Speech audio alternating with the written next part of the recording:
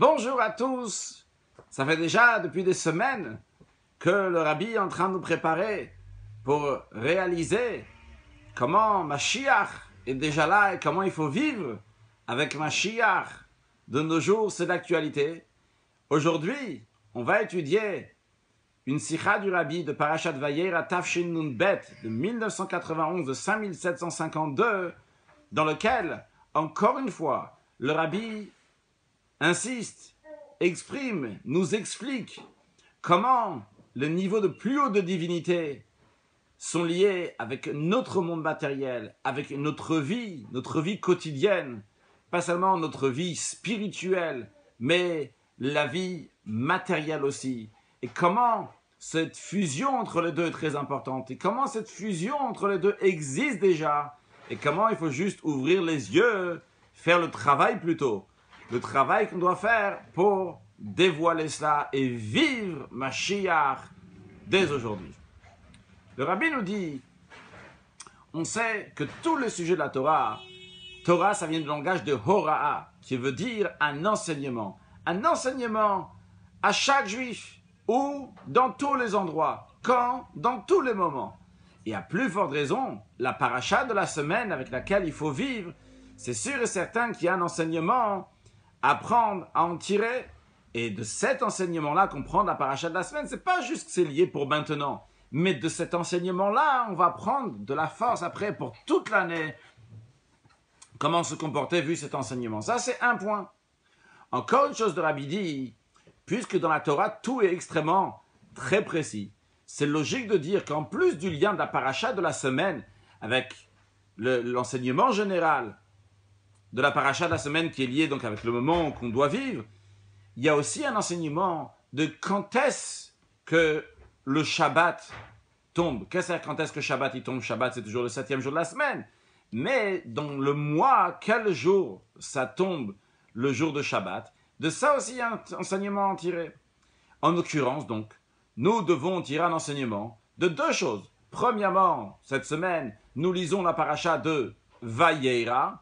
Vayera Hashem à Avram, qu'Hashem s'est dévoilé à Avram. Donc ça, c'est un premier enseignement qu'il faut en tirer. Un deuxième enseignement, vu que ce Shabbat, c'est le Chai Macheshvan, c'est le 18e jour du mois de Marcheshvan, en plus de la qualité que le 18e jour de Marcheshvan a en tant que 18e jour, mais en plus de ça, il est dans ces 3 jours qui suivent le 18 Marcheshvan, il y a le 20 Cheshvan, le Chav Marcheshvan. Le Chav Marcheshvan, c'est le jour d'anniversaire du Rabbi Rachab, et vu que c'est dans les 3 jours qui suivent, on comprend que c'est lié, comme d'ailleurs on trouve dans la Gemara, que les 3 jours qui suivent les Shabbats sont liés avec le Shabbat. Le Rabbi ne ramène pas ici dans la Sikha, mais Rabbi donne un exemple dans la Gemara Psachim, donc en ce qui concerne la Havdalah, quelqu'un qui n'a pas fait la Havdalah à la sortie de Shabbat, il peut la faire encore dans les 3 jours qui viennent jusqu'à mardi. En l'occurrence, donc ici ce sera même avant, puisque c'est déjà lundi, que ça soit le Chaf Macheshvan, l'anniversaire du 5e Rabbi de Chabad, Rabbi Rachab, Rabbi Shalom Dover. Bien, pour comprendre quels sont ces enseignements en tirés aussi bien de la paracha de Vayera, aussi bien du Chai Macheshvan et du Chav Macheshvan, l'anniversaire du Rabbi Rachab, tout d'abord, le Rabbi dit l'histoire connue. C'est une histoire que le Rabbi racontait des dizaines et des dizaines de fois, comme si c'était la première fois que le Rabbi raconte, chaque fois avec une nouvelle vitalité, avec un nouvel enseignement. Le Rabbi dit, le Rabbi Rachab, lorsqu'il avait 4 ou 5 ans, il est rentré chez son grand-père, le Tzemar Tzedek. C'était un jour de Shabbat, comme ça le Rabbi dit ici dans la Sikha, c'était Shabbat Kodesh Parashat Vayera. Il a commencé à pleurer en disant, pourquoi Dieu s'est dévoilé à Avraham Avinu et à nous il ne se dévoile pas? Son grand-père, le Tzemar Tzedek, lui a dit, lorsqu'un juif, un tzaddik, il décide de se circoncire à 99 ans, il mérite qu'Hachem va se dévoiler à lui. Ça, c'est l'histoire. Le Rabbi dit à première vue, lorsqu'on apprend cette histoire est liée avec des grands tzaddikim, quelqu'un de très très pieux, à 99 ans, il se circoncie, alors lui, il mérite d'avoir ce dévoilement. Mais si quelqu'un est seulement un tzaddik qui ne peut pas avoir ce dévoilement, il ne mérite pas, il n'a pas ce dévoilement. La preuve, c'est que le Tzemar Tzedek, il a dit ça, qu'il a répondu ça à son petit-fils, le Rabbi Rachab. Le Rabbi Rachab, lorsqu'il était petit, il avait déjà donc cette qualité de tzaddik. Et d'ailleurs, comme la Gemara, elle dit, Butzin mikitfe yedia.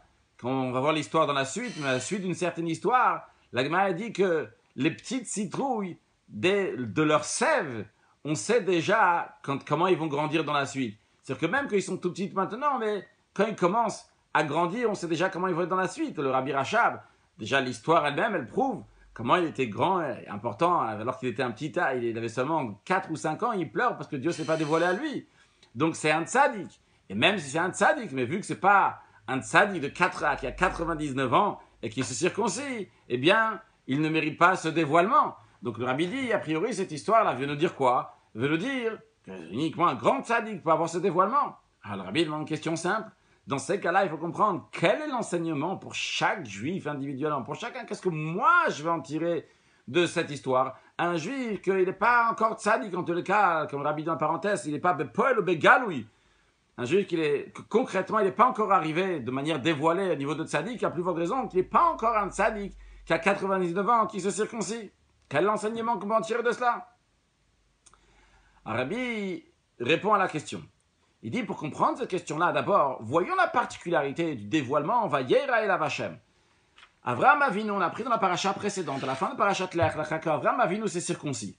Lorsque nous arrivons maintenant dans la paracha de Vayera Elav Hashem, Hashem se dévoile à Avraham Avinu. Ça vient, c'est un dévoilement qui vient suite à la Brit Mila, la circoncision d'Avraham Avinu.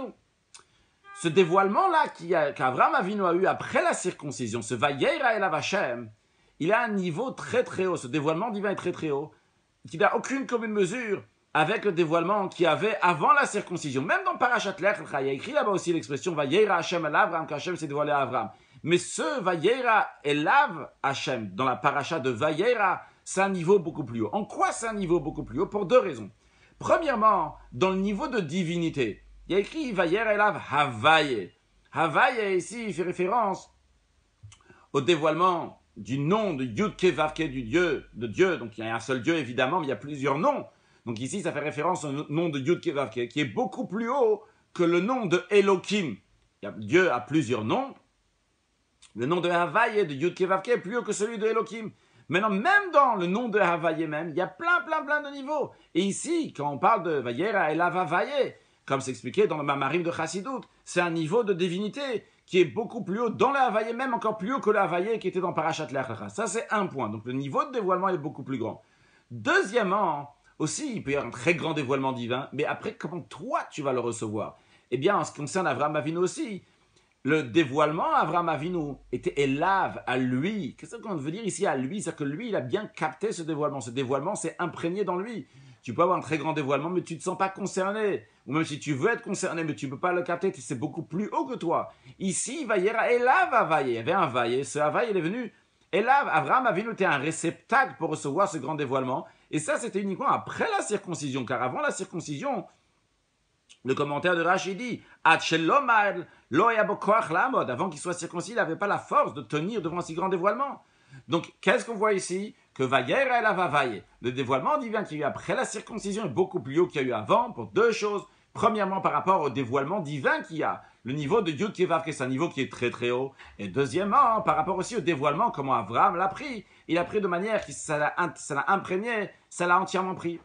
Le Rabbi dit ça, on le retrouve aussi dans l'expression qui est dit que Dieu s'est dévoilé à Avraham Avinu, c'était Kechom Hayom, comme il faisait très très chaud ce jour-là. Comme il y a écrit que Hotzi Chama Minatika Kakadosh Baruch Hu, il a fait sortir le soleil de son enveloppe et il faisait très très chaud ce jour-là. Alors, et Avraham, il y a écrit que c'était Chromayom, il faisait très très chaud. Et Avraham, Yoshev, il était assis. Alors, qu'est-ce que ça veut dire sur le plan spirituel? Quand on parle de la chaleur du jour, Chomayom, eh bien, ça fait référence au Shemesh Havaye. Il est écrit dans les psaumes, Shemesh ou Magen Hashem Elohim. Il y a le soleil, et le soleil a un étui. Et il y a Hashem, Yud-Ke Vav-Ke, le tétragramme, et il y a Elohim, un deuxième nom de Dieu. Et c'est expliqué, le soleil et l'étui, ça correspond à Yud-Ke Vav-Ke et à Elohim. Le Shemesh, le soleil, chez Shemesh Havaye, c'est un dévoilement de Yud-Ke Vav-Ke, c'est un dévoilement de Dieu, un dévoilement qui est très très haut, comme le soleil. Et par contre, l'étui c'est Elohim. Elohim, il voile sur le Havaye. Et ici, qu'est-ce qui s'est passé ce jour-là? Akadosh Baruch Hu a dévoilé ce Shemesh, ce soleil. Hotzi Chama Minatika, Hashem, il a fait sortir le soleil de l'étui. Hashem, il a fait sortir le Yud-Ke Vav-Ke du Elohim. Hachem a dévoilé le Yud Kevav, Hachem a dévoilé un grand dévoilement. Donc ça, c'est ce qui représente sur le plan spirituel Kechom Hayom. Mais qu'est-ce qu'on voit? Bien que c'était Kechom Hayom qui avait un grand dévoilement divin. Vou Yoshev. Avraham Avinu était assis. L'idée qu'Avraham Avinu était assis, c'est-à-dire que ce dévoilement divin de Kechom Hayom était Yoshev. Il s'est installé, il s'est intégré dans lui de manière qu'il pouvait le prendre tranquillement. Donc qu'est-ce qu'on a vu pour l'instant?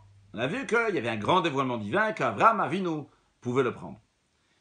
Quelle est la raison pourquoi, spécialement après la Brit Mila, après la circoncision, il peut se faire cette particularité-là, qu'il y a un grand dévoilement divin, ça c'est un, et deuxièmement, qui peut être bien reçu par l'être humain, en l'occurrence par Avraham Avinu. Pourquoi spécialement par la Brit Mila?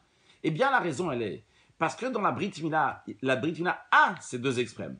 C'est quoi les deux extrêmes? D'un côté, la mitzvah de Mila, c'est une mitzvah qui est extrêmement importante. Elle est au-delà de tous les commandements de la Torah.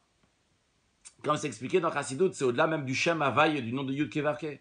Et comme le Rambam explique que toutes les mitzvot de la Torah, il y a 3 alliances qui ont été faites avec tous les commandements de la Torah. Tous les commandements, les 613 aussi, on va dire les 612 commandements de la Torah. Il y a 3 fois une alliance qui a été faite à propos d'eux, qui est mentionnée à propos d'eux. Par contre, en ce qui concerne la circoncision, Shlosh Britot, 13 fois l'expression d'alliance qui est mentionnée à propos de la circoncision. Donc d'un côté, ça montre comment c'est très très haut, c'est un très haut dévoilement, c'est quelque chose de très important la Brit Mila, la circoncision. Et d'un autre côté, cette circoncision donc, qui est extrêmement haute, où est-ce qu'elle s'exprime? Où est-ce qu'elle vient? C'est la seule mitzvah qui s'exprime concrètement dans le corps matériel des Juifs. Comme la Torah dit, Briti bibsachem bebritolam, il y aura mon alliance dans votre chair, une alliance éternelle. C'est-à-dire que ce lien avec Dieu, ce lien qui est tout à fait irrationnel, ça c'est l'idée d'une alliance, c'est quelque chose qui est au-delà de la compréhension, eh bien cette alliance-là, elle se dévoile où? Dans le corps matériel, dans la chair matérielle du Juif. On a donc ces deux extrêmes. D'un côté, quelque chose qui est extrêmement haut, la Brit Mila, et d'un autre côté, nous avons comment ça vient dans le corps matériel. Encore plus que ça, pas seulement que la Brit Mila, la circoncision, amène un très grand dévoilement divin dans le corps matériel du Juif, mais encore plus que ça vient même dans le monde. Et comme on retrouve dans la paracha de Lech Lecha, lorsque Dieu il a dit à Avraham Avinu, en ce qui concerne la circoncision, il lui a dit que par le Risha Lecha et des mitzvot que je vais te donner cette terre, j'ai donné Eretz Israël. Comment? Par le fait que tu fais la circoncision. C'est quoi l'idée de donner Eretz Israël? C'est pas juste donner un territoire, Torah dormir, Torah manger. Le fait d'avoir une terre, Kadosh Baruch Hu, il donne à Avraham Avinu une terre Eretz Israël, c'est qu'il est en train de dire, tu sais, maintenant tu vas avoir une terre qui est appelée Kenan, mais cette terre-là, tu vas la rendre une Eretz Israël. Eretz Israël, le Midrash nous dit, c'est Eretz, c'est une terre, Sheratzta Lasod Retzon Kona, qu'elle a voulu faire la volonté de son créateur, elle veut faire la volonté de son créateur. Ça veut dire que l'idée qu'il y a derrière la circoncision, c'est qu'à travers la circoncision, tu vas avoir Eretz Israël. Ça veut dire que tu vas avoir la possibilité maintenant, pas seulement de ton corps matériel va se changer, devenir du divin, mais aussi que le monde, commençant par Eretz Israël, et comme ça, le monde entier devient une dira betarton, devient une demeure pour Akadosh Baruch Hu, dira lo yitbarech, une demeure dans laquelle Dieu peut venir résider. Donc on a compris, premièrement, donc le dévoilement de Vayera, comment c'est un dévoilement qui est extrêmement haut, comment il vient dans Avraham Avinu. On a compris comment c'est lié suite à la Brit Mila, puisque la Brit Mila, c'est exactement ça qu'elle représente, un niveau extrêmement haut, et comment il vient dans le corps matériel, et pas seulement dans le corps matériel, même dans le monde. Rabbi nous dit ce même sujet en autres mots, mais de manière plus profonde.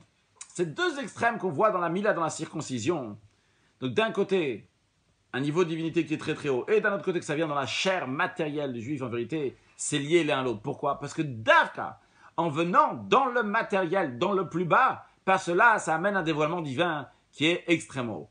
Comment ça? On connaît tout ce que le Midrash nous dit, que Dieu il a voulu avoir une dira betartonim, Dieu il a voulu avoir une demeure ici-bas. Ça c'est le but, pourquoi Hachem il a créé le monde. Qu'est-ce que ça veut dire que Dieu a créé le monde pour ça? C'est-à-dire que Dieu lui-même veut venir résider ici, dans ce monde. Et comment il veut venir résider ici, dans ce monde? Que nous allons le faire résider dans ce monde. Pas que lui va venir dans ce monde, que nous allons faire résider Dieu dans ce monde matériel. Et ça ne veut pas dire qu'il y a des niveaux de divinité qui vont venir, ils vont passer ce qu'on appelle le Seder Ishtal Shelut. Tout l'enchaînement du monde depuis le plus haut niveau, et il va passer jusqu'à qu'il arrive aussi ici. Non, c'est C'est Davka ici. C'est pas ça passe par les autres et après aussi ici. C'est que c'est ici, dans ce monde-là matériel, qu'il y a le Etzem, l'essence de Dieu qui se dévoile. Dans tous les mondes spirituels, ce qui se dévoile, c'est ce qu'on appelle des Gilouim, ce qu'on appelle un dévoilement de Dieu. Mais l'essence de Dieu se trouve ici et dévoilée ici par notre travail. Juste rajouter pour mieux expliquer ce qui Rabbi ramène dans d'autres endroits, donc ici ramène en quelques mots, cette notion qu'il y a l'essence de Dieu et que ça veut dire dévoilement de Dieu. Quand on parle de dévoilement de Dieu, c'est un niveau de divinité. Dans le monde spirituel, il y a toutes sortes de niveaux de divinité qui se dévoilent là-bas. Mais l'essence de Dieu se dévoile uniquement dans ce monde matériel. Expliquons un peu plus avec un exemple. Lorsqu'il s'agit par exemple d'un roi, puisqu'on prend un exemple d'un roi, puisqu'il s'agit de Dieu, Dieu c'est comme un roi. Et on prend toujours des images comme ça dans le Talmud, dans le Midrash pour nous expliquer l'image de Dieu. Donc Chassidut aussi ramène cet exemple-là en ce qui concerne un roi. Un roi, lorsqu'il se trouve dans différents endroits, eh bien, il y a tout un protocole, comment il va se comporter, comment il va s'habiller, comment il va saluer les gens, comment il va parler, qu'est-ce qu'il va dire, qu'est-ce qu'il ne va pas dire, etc. Ça, c'est tout un protocole. Et c'est toujours le roi, mais ce qu'on appelle des gilouim, des dévoilements du roi. C'est l'extérieur du roi, c'est pas le roi lui-même. Le roi lui-même, c'est ce qu'il est, sans aucun protocole, sans ses vêtements, c'est ce qu'il est lui. Et où est-ce que le roi se trouve lui-même comme il est, sans aucun vêtement, sans aucun protocole? Ça, c'est uniquement comme le roi, il est chez lui à la maison. Évidemment, c'est une image, mais pour nous dire, il y a Dieu, il y a des noms de Dieu, il y a des niveaux de divinité. Des niveaux de divinité, il y en a plein dans tous les mondes spirituels. Mais dans ce monde matériel, la particularité qu'il y a, c'est de faire une dira, une demeure, l'atzmuto, à l'essence même de Dieu qui va venir résider dans ce monde. Donc qu'est-ce qu'on voit? Où est-ce qu'on peut amener l'essence de Dieu? Dans ce monde matériel. Dans ce monde matériel, tu peux amener l'essence de Dieu. Dans le monde spirituel, il y a seulement des gilouim, des dévoilements. Ce qui rejoint l'idée de ce qu'on a dit à ce qui concerne la circoncision, que par le fait qu'on arrive dans le niveau inférieur, dans la matière, dans le corps, dans le monde, mais c'est justement là qu'on amène le plus haut niveau, et c'est même pas un niveau de divinité, mais c'est l'essence de Dieu qu'on dévoile dans ce monde matériel, de même que dans la Brit Mila. Et c'est le fait que c'est dans ce monde-là que tout se passe. On retrouve aussi lorsque Shlomo HaMelech, le roi Salomon, il a inauguré le temple, il a dit Hashamayim ushme Hashamayim lo yichalkelucha afke habayit hazeh. Le ciel, les cieux, Shamaim, le ciel, ushme Hashamayim, les cieux des ciels, lo yichalkelucha, vont pas pouvoir t'inviter, je sais pas la traduction exacte de yichalkelucha, de pouvoir faire un réceptacle pour te recevoir. Afke habayit hazeh, cette maison-là, dans Chassidut, on n'apprend pas ça en tant qu'une question. Afka Baïtazé, quoi? Et cette maison, le Beth Hamikdash pourra, oui, te recevoir. On apprend ça, on lit ça avec ce qu'on appelle Benichuta. Afka Baïtazé. Vrai. Le ciel, les cieux du ciel, tous les mondes spirituels ne peuvent pas, en effet, recevoir l'essence de Dieu. Qui est-ce qui peut recevoir l'essence de Dieu? Abaïtazé. Cette maison-là, cet endroit, ce Beth Hamikdash. Et à travers le Beth Hamikdash, de là-bas, Orayot Sadechol Haolam, la lumière, elle va dans le monde entier, que le monde entier devient une demeure à Kadosh Baruch Hu. Et d'ailleurs, cette idée-là, elle est connue dans Chassidut, parce que l'expression qu'on dit que où est-ce que la perfection du Yesh HaAmiti, c'est dans le Yesh HaNiva. Qu'est-ce que ça veut dire? Le mot Yesh veut dire l'existence.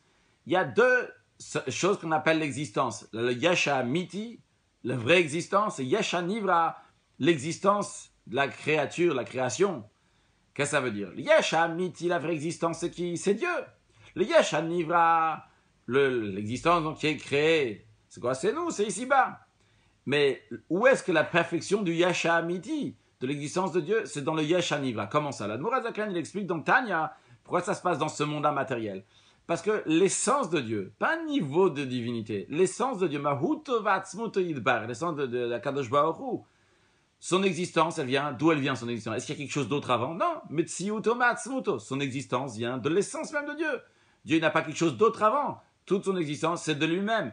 Eh bien, il n'y a que lui, le Yesh HaAmiti, donc l'essence de Dieu, qui peut créer du néant à l'existence. Ce monde-là, c'est pas encore un monde spirituel, encore une étape d'un monde spirituel par rapport à ce qu'il y avait avant. Non, ce monde-là, c'est quelque chose qui est complètement nouveau par rapport à ce qu'il y avait avant. Avant ce monde-là, il y a plein de mondes spirituels, mais ce monde-là, c'est le monde matériel. Pour faire un monde matériel, pour cela, ce n'est pas des niveaux de divinité qui vont amener ça. D'où il vient ce monde-là? Ils peuvent être faits uniquement par Hatz ou par l'essence de Dieu, que lui-même, Dieu, n'a aucune chose qui le fait exister. C'est lui Metsiuto me'atzmuto, son existence vient de lui-même. Et lui, vu qu'il n'a pas de ila, il n'a pas une cause, et que Dieu c'est un effet, chas v'shalom de dire ça, Dieu c'est pas un effet d'une cause, et c'est lui-même. La même chose aussi, alors ce monde-là ne vient pas un effet d'une cause qu'il y avait avant. C'est pas qu'il y avait une cause qui a amené ce monde-là, non, parce que du spirituel, tu ne peux pas faire du matériel. Qui est-ce qui a fait ce monde-là? C'est l'essence de Dieu. Donc, le Yesh Amiti, sa perfection, il se trouve où? Dans le Yesh Anivra, dans ce monde matériel. Donc, dans ce paragraphe-là, c'est Seifé, pour ceux qui suivent sur le texte. Dans Seifé, ici, le Rabbi nous a expliqué comment, justement, de manière plus profonde, ce qu'on a dit avant, ce qui concerne la circoncision, que justement, dans ce monde matériel, dans le corps matériel, c'est là qu'on retrouve le plus Atzmut, l'essence d'Akadosh Baruch Hu. Basé sur cela, le Rabbi nous explique, c'est Ivar, on comprend le Vayera Hashem el Hashem, Vayera elav Hashem. Ça que Hashem s'est dévoilé à lui, donc un très haut niveau de divinité qui se dévoile de manière intérieure. Comment ça vient? Ça vient par la circoncision. La circoncision, c'est pas seulement chez Avraham Avinu. Vrai, notre circoncision vient d'Avraham Avinu, mais elle se trouve chez chaque juif. Chaque juif est lié avec la circoncision. Quand Dieu il a dit Avraham Avinu la circoncision, il lui a dit Ve'ata et brititishmon, toi tu vas garder mon alliance. Ata vezaracha acharecha. Toi et ta descendance aussi après, le Dorot, pour toutes les générations après. C'est que la qualité et la particularité de Briti bibsachem bibritolam, le fait que mon alliance elle rentre dans votre chair à l'éternité, ça devient chez tous les juifs jusqu'à la fin de toutes les générations. Et à tel point que c'est tellement collé aux juifs, tellement attaché aux juifs, la circoncision, ça s'exprime même dans la halakha. Si quelqu'un il a dit je jure, je fais un vœu de ne pas profiter des gens qui sont circoncis, eh bien, on ne va pas dire ah, ce juif-là il est circoncis, celui-là il n'est pas circoncis. Non. Tous les juifs, même un juif qui n'est pas circoncis, eh bien cette personne-là n'a pas le droit de profiter. C'est-à-dire que celui qui a dit je n'ai pas le droit de profiter des gens qui sont circoncis, il n'a pas le droit de profiter de tous les juifs. Ça ne change pas pourquoi il a fait son vœu, c'est pas important. C'est le message qu'il y a ici, c'est que tous les juifs sont considérés halachiquement circoncis. C'est d'ailleurs ce que le Talmud dit pour expliquer cette halakha, cette loi. Parce que Keman de Mihil est Damien. C'est comme si ce juif-là, c'est comme si tous les juifs Keman de Mihil est Damou, comme si ils étaient circoncis. Et d'ailleurs, c'est la même expression que la Gemara emploie dans le même endroit en ce qui concerne la femme. Hisha Keman de Mihil a Damien, qu'une femme. Et aussi comme si elle était déjà circoncis. C'est-à-dire que la qualité d'être circoncis, elle se trouve ici. Donc chaque juif, il est lié avec cette circoncision. Chaque juif, il est lié avec ce dévoilement divin qui vient à la suite de cette circoncision. Et donc, par cela, par cette circoncision, il y a chez chaque juif le Vayera elav Hashem, qui est dit à propos de Abraham, mais se parle pour chaque juif. Vayera elav Hashem. Hashem se dévoile à lui. C'est quand? C'est le moment de la circoncision. L'Admour HaZakani dans Shulchan Aruch, que Knisat Nefesh Zo HaKdosha, que Knisat Nefesh Zo HaKdosha, l'entrée de cette âme qui est sainte, donc c'est cette âme divine, quand est-ce qu'elle rentre? Ben mitzvat mila, nous dit le Shulchan Aruch Admour HaZaken, elle rentre au moment de la circoncision. C'est-à-dire que cette âme, qui est une parcelle de Dieu, elle rentre au moment de la circoncision. Ah, tu peux dire c'est juste une partielle, mais il y a écrit à Etzem Chatatofes Mitzato Atatofes Bekulo. L'essence de quelque chose. Si tu saisis une partie, tu as tout saisi, tu as tout. On va donner un exemple, c'est pas ramener ici cet exemple, mais si tu prends par exemple un morceau de pomme, eh bien le morceau de pomme, c'est de la pomme.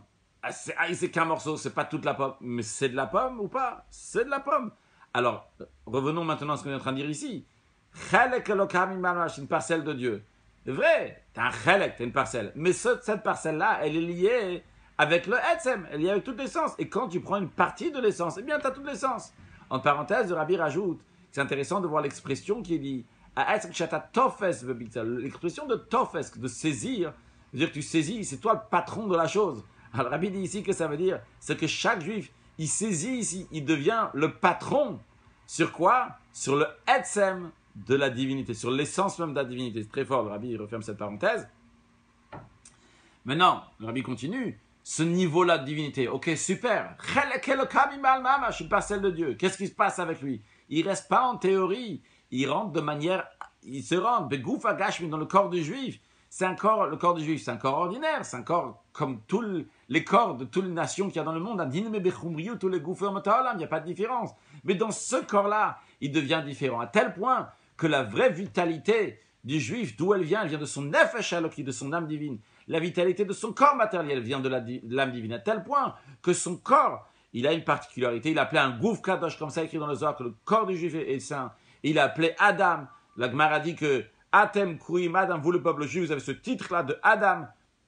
D'où vient ce titre de Adam? Parce qu'Adam est là, parce qu'on ressemble à Elion, à celui qui est là-haut. Donc, encore une fois, le Rabbi nous a concrétisé ce point-là, que Vayera El Avachem, le Vayera El Avachem, il est chez tout le monde. Ce dévoilement divin, il est chez chaque juif. Chaque juif, il est lié avec la circoncision. Lorsque le juif se circoncis, il reçoit à l'intérieur de lui cette doucha, cette sainteté qui rentre dans lui et qui fait même que son corps va vivre cette particularité, va être un Adam, va être appelé différemment. Et le Rabbi continue sur ses zaïn en disant que ce dévoilement de Vayer à la Vachem, lorsque on fait la circoncision, s'exprime concrètement dans la vie du juif, dans les détails de la vie du juif, même quand il est petit. Des exemples. Tout d'abord déjà, la connaissance de Elokut, de la divinité. Dans le Torah, de la paracha de Vayera, l'Admour Azaken, il parle de la notion de Tzimtzum. Moi, est-ce que la notion de Tzimtzum, elle était? L'Admour Azaken dit là-bas, le texte, j'ai dit le texte exact, Hamar ou Beit Galut. Je traduis d'abord, le luminaire est dévoilé. C'est pour ça que même les petits enfants savent que Dieu se trouve. Alors, juste une parenthèse, c'était une grande discussion des chassidim et des mitnagdim sur toute la notion de Tzimtzum. La Tzimtzum qui représente la contraction de la lumière divine avant la création du monde, basé sur ce qui est écrit dans le Priyat Sraim, donc du nom du Harizal, qui a eu un Tzimtzum avant la création du monde. Est-ce que le Tzimtzum, il est dans le Maor ou dans le Or? On ne rentre que dans les détails, mais c'est ce qui a fait une des grandes disputes entre les chassidim et les mitnagdim, que les mitnagdim, ceux qui étaient adversaires à la chassidut, disaient que, évidemment, c'est impossible de dire que Dieu se trouve de partout, l'essence de Dieu se trouve de partout, donc le Tzimtzum, la contraction, Dieu s'est caché, c'est le mort, l'essence de Dieu n'est plus là. Et dans la Chassidut, que évidemment, le Tzimtzum, sur le mort, il n'y a pas de Tzimtzum, sur l'essence de Dieu, ça n'existe pas de Tzimtzum. Il explique là-bas comment c'est même bête de dire ça. Le Tzimtzum, il est sur le or, sur la lumière. Maintenant, le texte là qui est ramené ici, c'est Hamar ou Beit Galut. Le Maor, l'essence de Dieu, est dévoilé. Évidemment, il faut apprendre plus de Chassidut pour savoir ce que ça veut dire l'essence, que ça veut dire la lumière. On a parlé un peu de ça avant. Mais évidemment, de toute façon, quoi qu'il arrive, il faut étudier plus de Chassidut. Donc, le texte qu'il dit ici, c'est quoi? C'est que l'essence de Dieu, il est dévoilé. Il se trouve de partout. Et c'est pour ça, la Morazakan dit que même les enfants, ils savent qu'il y a un Dieu. Qu'est-ce qu'il veut dire par là? Quand un enfant, il dit qu'il y a un Dieu, de qui il parle? Il parle de Dieu lui-même, il parle de Hatzmut, il parle de l'essence de Dieu. Voyons encore quelques lignes ce que Rabbi ramène ici, on va mieux comprendre. Rabbi dit encore plus que ça. Chez les enfants, il y a même une qualité par rapport aux grands. Il y a une expression d'un grand du peuple juif qui dit « Animid palel dad zatinot » que moi je prie avec l'intention de ce petit enfant. Qu'est-ce que ça veut dire? Pourquoi prier comme un petit enfant? C'est parce que quand tu es un adulte, tu connais les sphérotes, tu connais les sphères, le niveau de divinité, à tel niveau de la prière c'est ça, là-bas c'est ça, etc. À qui tu parles, par quel ange ça va passer, etc. Il y a plein de choses ici qui se mélangent. Mais des fois, tu perds ou tu n'as pas que le Hatzmut, l'essence de Dieu. Mais le Tinok, l'enfant, il n'est pas lié avec tous les Gilouim, avec tout ça. Lui, il connaît Hatzmut, l'essence de Dieu. Si je peux rajouter juste pour expliquer un peu plus, un petit enfant, lorsqu'il voit son père, il court vers son père ou vers sa mère et il l'enlace. C'est son père, il est attaché à lui. Est-ce qu'il dit parce que son père il m'a nourri, parce qu'il me donne des bonnes notes ou quoi que ce soit? C'est mon papa, on est attachés ensemble. C'est mes parents, je suis attaché à eux. Donc je vais courir vers mes parents, je vais les enlacer. Après, quand l'enfant il grandit, alors déjà il connaît d'autres choses. Alors, il y a des calculs, quand il va voir son père, quand il va voir sa mère, quand il va les appeler, qu'est-ce qu'il va faire, comment il va parler. Il y a plus de calculs dans ça. Alors évidemment, il reste toujours le fait qu'on est attaché, mais il y a un calcul aussi qui se met derrière ça. Enfin, un calcul peut-être conscient, de manière inconsciente. C'est plus l'amour naturel qu'il y avait lorsqu'un enfant de 2 ans, qu'un enfant de 1 an. Ça, c'est quelque chose qui est naturel. Alors ce Tinoch-là, il a l'essence de Dieu. Alors le Rabbi nous dit, ce qu'il ramène, ce que le Mourazakan dit, ce qu'il ramène ici, donc l'enfant, il ressent l'essence de Dieu. Donc dès l'enfance déjà, il y a la conscience dans Dieu, et cette conscience-là, du Maor, de l'essence de Dieu. Rabbi rajoute, Ve'od ve'ika, encore un point essentiel. ce qu'on a parlé jusqu'à présent. C'est qu'un enfant, il prie à Dieu, mais c'est encore un Dieu qui est spirituel, c'est la prière. Le Rabbi il va dire qu'encore plus que ça, pas seulement sur le sujet spirituel, dans la prière à Dieu. Même dans le sujet matériel, là-bas aussi, l'enfant, il ressent Hachem. Quand par exemple, lorsqu'il mange, lorsqu'il boit, comme on sait que les enfants, c'est souligné chez les enfants qu'on les éduque à faire le Birkat Hamazon, la bénédiction après avoir mangé du pain. C'est une bénédiction que la Torah, elle dit qu'il faut faire. Et d'ailleurs, ça, c'est les apprendre, enseigner aux enfants comment ils doivent remercier Dieu sur leurs choses, sur les choses matérielles, sur le manger matériel. D'ailleurs, on retrouve, c'est souligné dans l'histoire de la Gemara. La Gemara raconte qu'un jour, il y avait Abaye et Rava, et ils se trouvaient devant Rabba, et il leur a demandé les Mimevachin, à qui on fait Birkat Hamazon.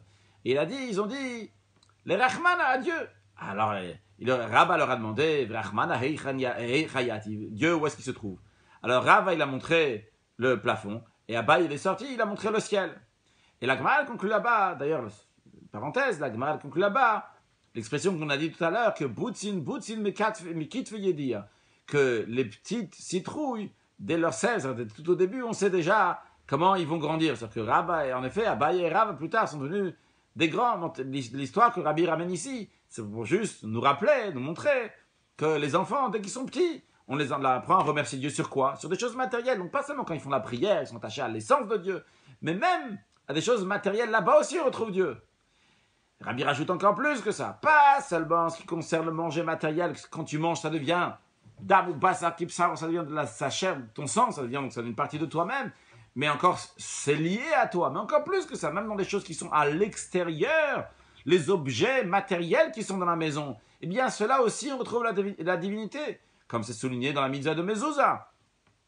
Que la mitzvah de Mezouza, par le fait qu'on la fixe, donc à la porte de la maison, la porte de la maison, la porte de chaque chambre qui est dans la maison, bien on voit que tous les objets qui sont dans la chambre et toute la maison, c'est un endroit où il y a Hashem Echad. Parce que dans la mezouza, à l'intérieur, il y a écrit Shema Yisrael, Hashem Elokeinu, Hashem Echad. Écoute Israël, l'éternel est notre Dieu, Hashem Echad.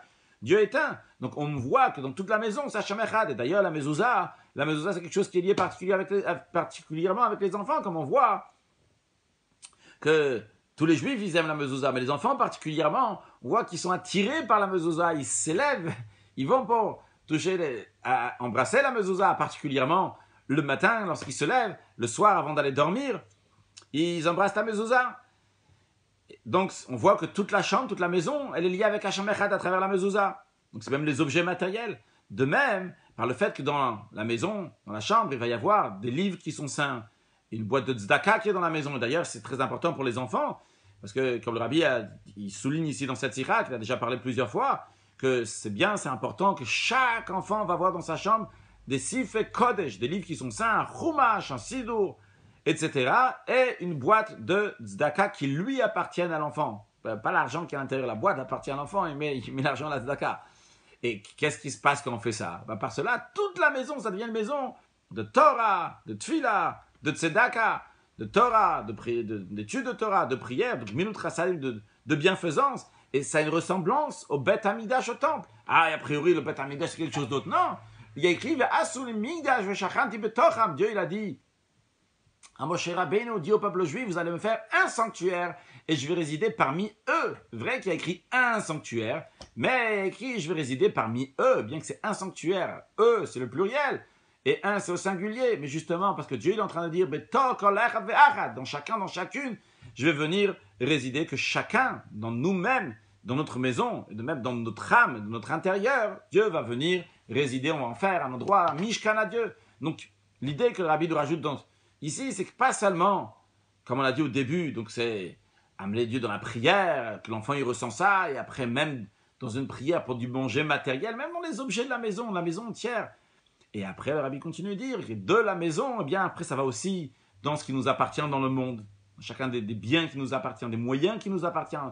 Et par cela, après, dans le monde entier. Et d'ailleurs, c'est aussi celui dans la mezouza, parce que la mezouza, on la met à la porte de la maison. Pas juste, on la met à la porte de la maison. En plus, donc, Tefar, Rabim. Tefar, c'est une palme, c'est-à-dire 8 cm. Dans les 8 cm qui sont proches du domaine public. C'est-à-dire, on les met plutôt du côté extérieur, la mezouza. Donc, c'est quoi cette idée de la mettre à l'extérieur? C'est pour souligner que la mezouza a une influence aussi sur l'extérieur. Et particulièrement par le fait que quand l'homme il va sortir de la maison, vers l'extérieur, comme il y a écrit, Hachem Ishmor Tsetra Uvoecha, qu'à travers la mezouza, Dieu va garder, pas seulement quand tu es à l'intérieur, même Tsetra, même lorsque tu sors, te garder par la mezouza qui est chez toi, et quand tu sors à l'extérieur, et tu es imprégné par le sens de la mezouza, pas juste la mezouza sur la porte, tu es imprégné par le sens de la mezouza, et comme le Rambam dit, que chaque fois qu'on rentre et qu'on sort, il y a la mezouza, on va se souvenir de l'amour, du nom de Akadosh Baruch Hu de Dieu, on va se souvenir de l'amour de Dieu, et on va savoir qu'il y a une seule chose qui peut rester à l'éternité, c'est la connaissance de Tsura Olam, du rocher du monde, du créateur du monde. Et le juif, il a conscience de ça, et vu qu'il a conscience de ça, pas juste ça reste dans sa conscience, mais il fait rentrer ça, il apprend ça dans son travail, dans sa partie du monde, qui fait de son monde un Eretz Israël, comme c'est connu l'expression. Mardo Eretz Israël, fait ici de l'endroit où tu es Eretz Israël. Ça veut dire qu'il prend des choses matérielles, il les élève à Kadosh Baruch, qui vont être comme Eretz Israël, de manière qu'on va voir comment la terre, la Eretz, elle est liée avec Israël. C'est quoi Israël? Israël, c'est Yesh Shishim Ribot Yot la Torah, qui a 600 000 lettres. À la Torah, c'est des initiales aussi. Donc c'est-à-dire que ce monde-là, il devient une demeure à Kadosh Baruch Hu.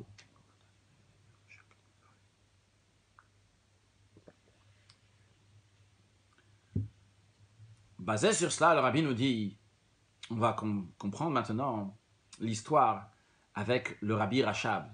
Et comment cette histoire, elle nous concerne à chacun de nous. Sa question, elle était, pourquoi Hachem se montre à Abraham, à Avinu, et à nous, il ne s'est pas montré? Le Rabbi nous explique la chose suivante. La question, c'est pas comme on voit à première vue, pourquoi Hachem est venu se dévoiler à Abraham, et à nous, il n'est pas venu se dévoiler. C'est pas ça la question.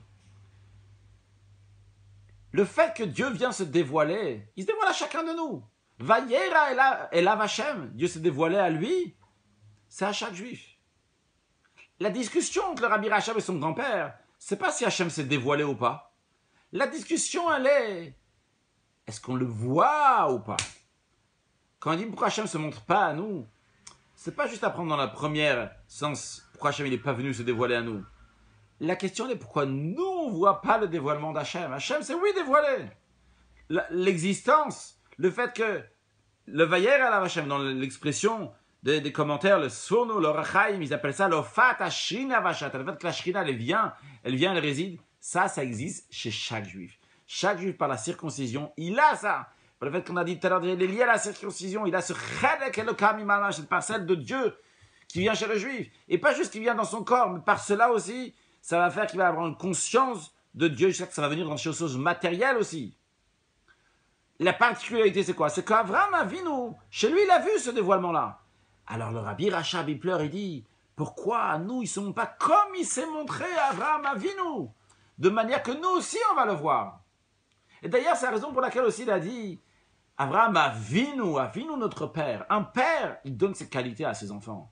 Le Rabbi Rachab était conscient qu'il y a une grande différence entre nous et le Avraham Avinu. Mais il dit, quand même, il demande, il exige, il dit, c'est notre père, on doit avoir toutes ses qualités. Même la qualité qui lui est venue par son travail, parce qu'il a fait, qu'il avait 99 ans, qu'il a décidé de se circoncire. Eh bien, chacun de nous doit avoir ces qualités-là, puisque c'est un père. Un père, il hérite ses qualités à ses enfants. Et quand on dit, on sait qu'un Yoresh, quelqu'un qui est riche, Yoresh est Akol, Yoresh Akol, il hérite tout. Alors, la même manière que Dieu s'est montré à Avraham Avinu, qui est notre père, alors de même chose aussi, il doit se montrer à nous, que nous aussi on va voir le dévoilement. Donc ça, c'est la question du Rabbi Rachab. Le dévoilement de Dieu, il est là concrètement. La question, elle est pourquoi je ne le vois pas? Quelle est la réponse du Tzemar Tzedek? Il lui dit, pour voir concrètement, eh bien par cela, il faut le mériter. L'expression d'un sira, c'est il faut être apte à cela. Il faut être bon pour ça. Comment? Par un travail concret. Comme chez Avraham Avinu. Avraham Avinu, il a fait un travail concret. Il avait 99 ans. Et il s'est circoncis. Vu qu'il a fait un travail concret, il méritait de le voir de manière dévoilée, le dévoilement d'Akadosh Baruch Hu. Donc, d'après cela, on comprend quel est l'enseignement pour chacun de nous, comme on va le dire tout de suite. On va le dire tout de suite. Comment, donc, le Rabbi dit, d'après ça, on comprend quel est l'enseignement pour chaque juif, pas seulement pour un tzaddik. Lorsqu'un juif, il apprend, Vayera elav Hashem. Oui, Vayera elav Hashem. Qu'est-ce qu'il écrit dans la Torah? Il n'y a pas écrit, Hashem s'est dévoilé à Abraham. Il y a écrit, Vayera elav Hashem. Dieu s'est dévoilé à lui. Comme moi, je lis ça dans la Torah, qu'est-ce que ça veut dire? Que Hashem se dévoile aussi, et essentiellement à moi. C'est ça qui me concerne. Vayera elav Hashem. Hashem, maintenant, il se dévoile à toi. Ah bon, Hashem, il se dévoile à moi. Pourquoi il se dévoile à moi? Parce que je suis un fils d'Abraham Avinu. Et Abraham Avinu il a fait la circoncision. Et moi aussi j'ai la circoncision. Donc moi aussi je suis lié avec ce dévoilement divin. Non. Alors j'ai un dévoilement de Dieu. Je suis conscient que Hachem s'est dévoilé à moi. Alors dans ces cas-là, je dis, waouh, Hachem s'est dévoilé à moi. Je ne le vois pas. Alors j'ai envie, j'ai un grand désir de le voir. L'expression de la sikha, c'est tchouka. Je ne sais pas si c'est la bonne traduction de désirer, de vouloir. Il y a en deuxième étape, vu que je sais, j'ai la conscience qu'Hachem se dévoile à moi, eh bien, je veux le voir. Et comme on apprend de l'histoire du Rabbi Rachab, que je veux le voir à tel point, qu'il a pleuré parce qu'il ne voulait pas. Nous, qu'est-ce qui se passe après? C'est la deuxième étape, je veux le voir. Alors après, qu'est-ce qui se passe? Tu veux le voir? Passe à la troisième étape. Passe au concret. Fais quelque chose. Fais tout ce que tu peux pour être apte à ça. Par ton travail dans Mila. Qu'est-ce que ça veut dire faire un travail de Mila? Eh bien, on a vu tout à l'heure, la Mila, il y a deux choses. Il y a son corps et il y a le monde. Eh bien, la même chose aussi.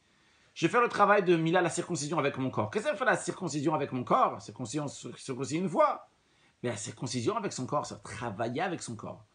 Que 248 membres, les 365 nerfs, c'est-à-dire que toute notre existence va être transcendée de Gdusha, va être transcendée de divinité. De la même manière que quand on fait la Brit Mila, la circoncision, il y a la divinité qui vient dans le corps matériel, eh bien, il faut que ça se transcende, ça rentre entièrement dans tout le corps, de la tête aux pieds, il va être entièrement pris par cette divinité. Et pas seulement un travail personnel sur le corps, mais aussi dans le monde, prendre tout ce qui nous appartient, tous nos moyens, comme de la même manière qu'Abraham Avinu a hérité Eretz Israël par la circoncision, eh bien nous aussi, chaque chose qu'on va faire dans le monde, elle va être transcendée, elle va être imprégnée avec le fait que je fais Eretz Israël de cet endroit-là, dans cet endroit, dans un autre endroit. Et donc ça, c'est le moyen pour comment devenir un réceptacle apte pour avoir le Vayera à la Vachem, dévoilement de Dieu. Et en ce qui concerne le dévoilement pour soi-même, et en ce qui concerne le dévoilement dans la partie du monde, et par cela dans le monde entier, que le monde entier devient une demeure à Dieu. Donc le message général qu'on a vu, c'est quoi? Vayera el Hashem, le dévoilement de Dieu, il est là. Qu'est-ce que tu dois faire? Tu dois ouvrir les yeux pour le voir. C'est quoi ce dévoilement de Dieu qui est là? On a dit c'est le plus haut niveau de divinité qui vient dans le niveau de la matière qui est le plus inférieur. Cette idée-là, le Rabbi nous dit, et donc ça a répondu à la question quel est l'enseignement de la paracha de Vayera? Et ça a répondu aussi à la question quel est l'enseignement de l'histoire du Rabbi Rachab avec le Tzemar Tzedek.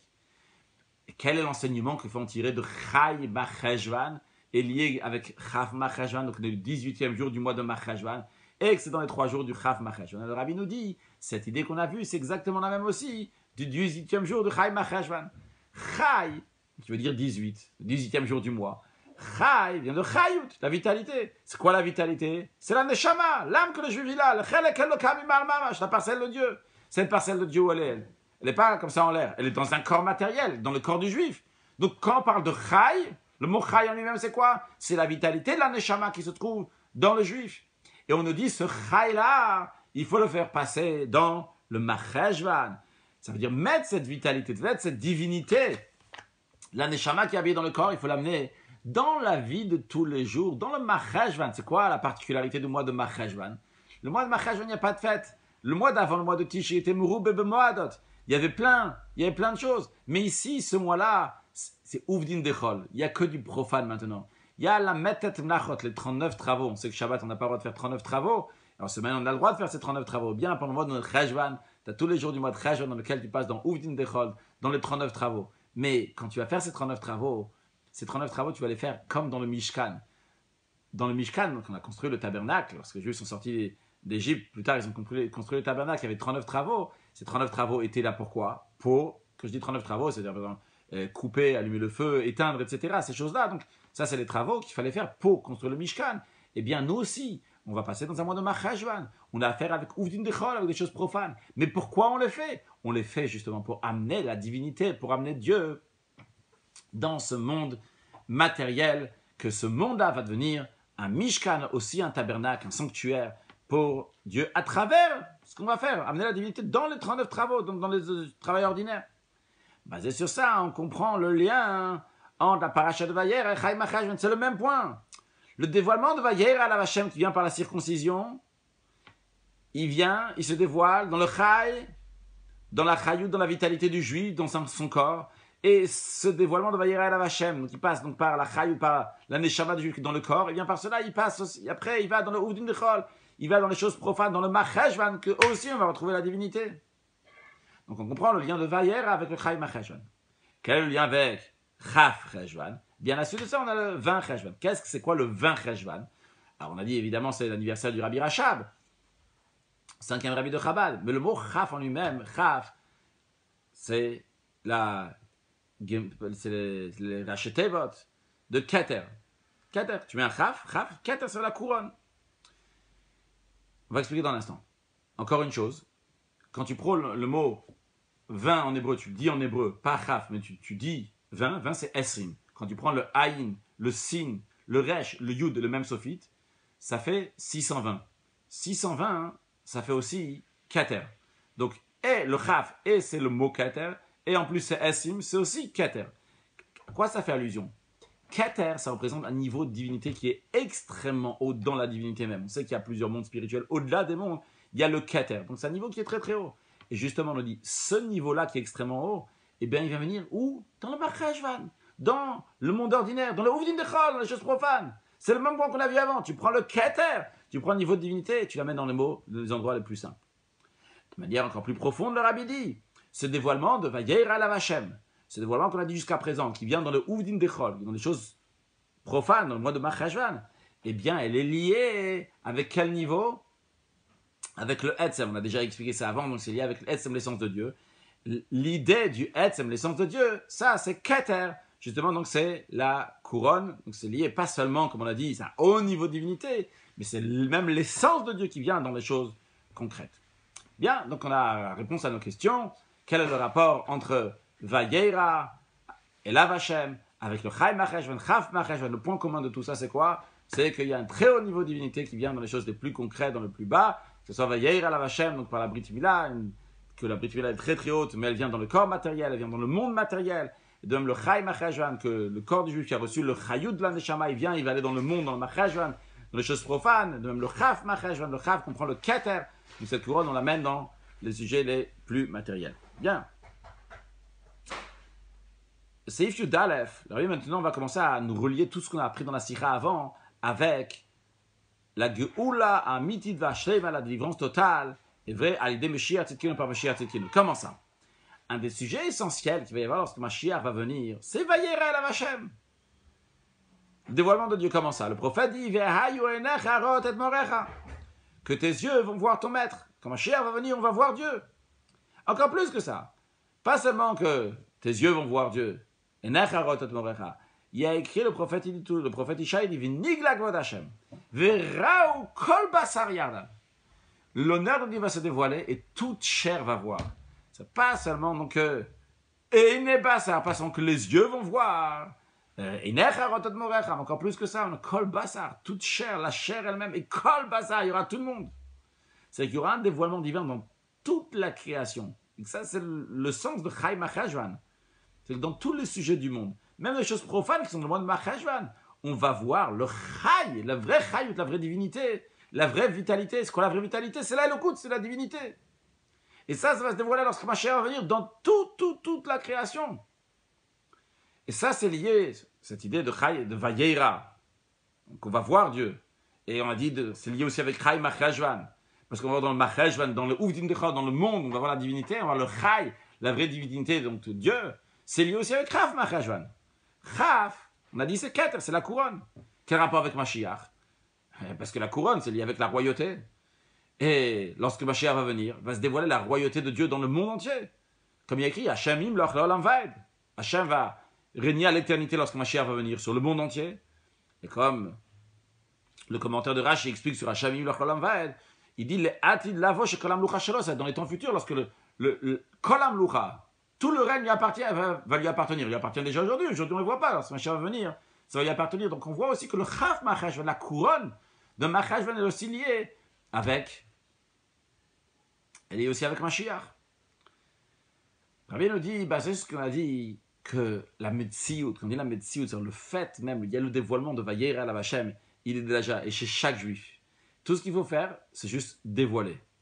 Alors le Rabbi, de la même manière qu'on a dit ça, donc de manière générale, que le Vayera la Vachem, il est là, la Metsiout, elle est là. Et il faut sans quoi? Il faut la Hidgalout, il faut dévoiler ce Vayera la Vachem. Le Rabbi dit la même chose aussi, quand on parle du Vayera la Vachem, ce dévoilement divin qui va avoir lorsque Mashiach va venir, c'est la même chose aussi. Il y a la Hidgalout, elle est déjà là, mais il faut juste se dévoiler. Qu'est-ce que ça veut dire? on sait dans chaque juif, il y a une étincelle de la Neshama de Mashiach.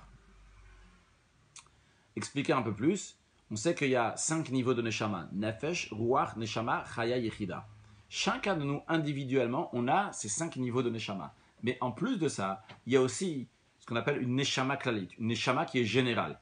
Alors, il y a une Neshama générale pour le Nefesh, pour le Ruach, pour le Neshama, pour le Chaya, et de même pour le Yechida. Le niveau de Yechida, donc il y a une Neshama Klalit, une Neshama générale de Yechida, et de même que nous, on a niveau Yechida. La traduction de Yechida, je ne t'ai pas encore dit, Yechida, ça veut dire on est Yachid, c'est entièrement uni avec Dieu. C'est le plus haut niveau de la Neshama qu'il peut y avoir, c'est le niveau de Yechida. Évidemment, chacun de nous, là encore une fois, ce qu'on l'a dit, et ça représente donc la Neshama de Mashiach. Maintenant, dans chaque juif individuellement, il y a ce niveau de Yechida. Ce niveau de Yechida qui est lié évidemment avec le niveau de Yechida général, qui est celui du Mashiach. Et à tel point que chaque juif est appelé Kochav. On le trouve dans le Talmud Yerushalmi. L'idée que chaque juif individuellement est appelé Kochav. Kochav qui veut dire une étoile, mais c'est l'expression qui est employée quand on parle dans la prophétie de Bilam, Dar Kochav mi Yaakov. Une étoile de Yaakov. C'est qui cette étoile-là? C'est le Melech HaMashiach, c'est le roi Mashiach. Et pourtant, on retrouve que bien que c'est une expression qui est liée à propos du Mashiach, mais elle est liée avec chaque juif. Pourquoi? Parce que dans chaque juif, en effet, il y a une étincelle de Mashiach. Et le Rabbi dit, cette étincelle de Mashiach, ce niveau de Yechida, il est lié encore plus chez les enfants. Les enfants sont appelés dans le Talmud Meshichai. Il y a écrit Al Tigou Meshichai, ne touchez pas ceux qui sont loin, mais loin. Meshichai, le Talmud dit, c'est qui Meshichai? C'est les enfants. Alors, le Rabbi fait rejoindre à ce qu'on a dit tout à l'heure. Pourquoi chez les enfants particulièrement, plus que chez les adultes, il y a ce Meshichai? Pourquoi c'est plus dévoilé, cette Yechida, cette étincelle de Mashiach?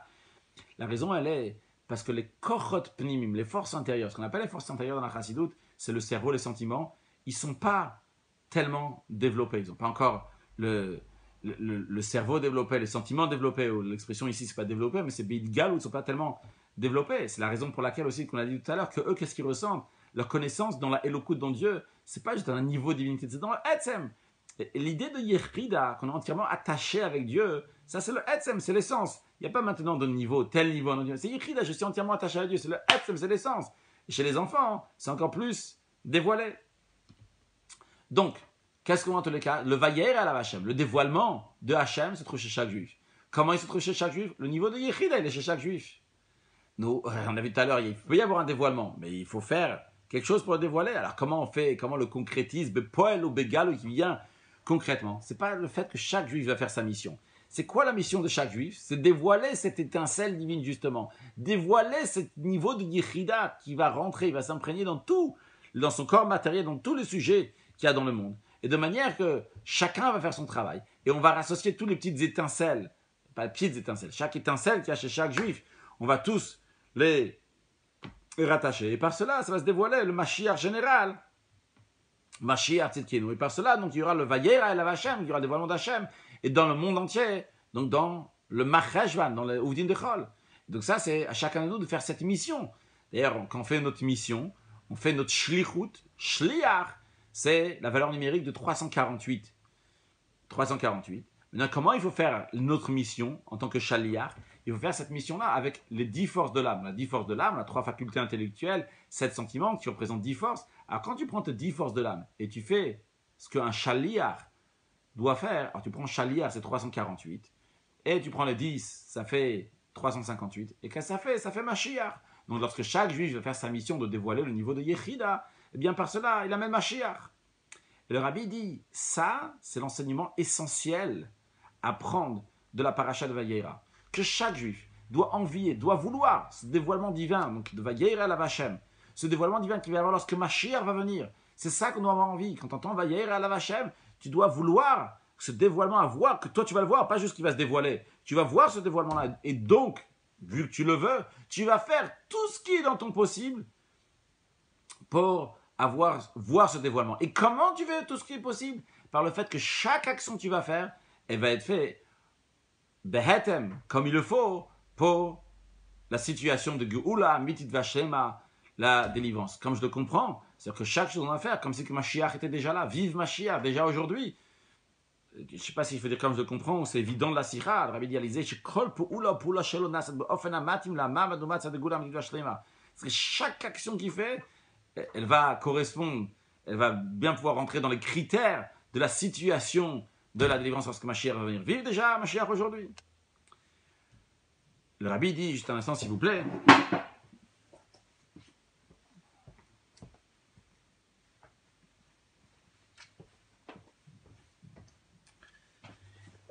Seif Yudbet, le rabbi nous dit, dans cela, se rajoute encore une particularité. Ça, c'est en autre mot ce que le rabbi veut dire ici. Tout ce discours-là, on aurait pu le dire même il y a très longtemps. Personne ne l'a dit, évidemment. Il n'y a que le rabbi qui dévoile et qui explique sous un tel angle la paracha de la semaine, l'histoire du Rabbi Rachab. Le rabbi dit, en plus de ça, maintenant, dans les dernières générations, il y a quelque chose encore de plus particulier. Ça s'est dévoilé, la ségoula particulière, le jour particulier du Chaf Marcheshvan.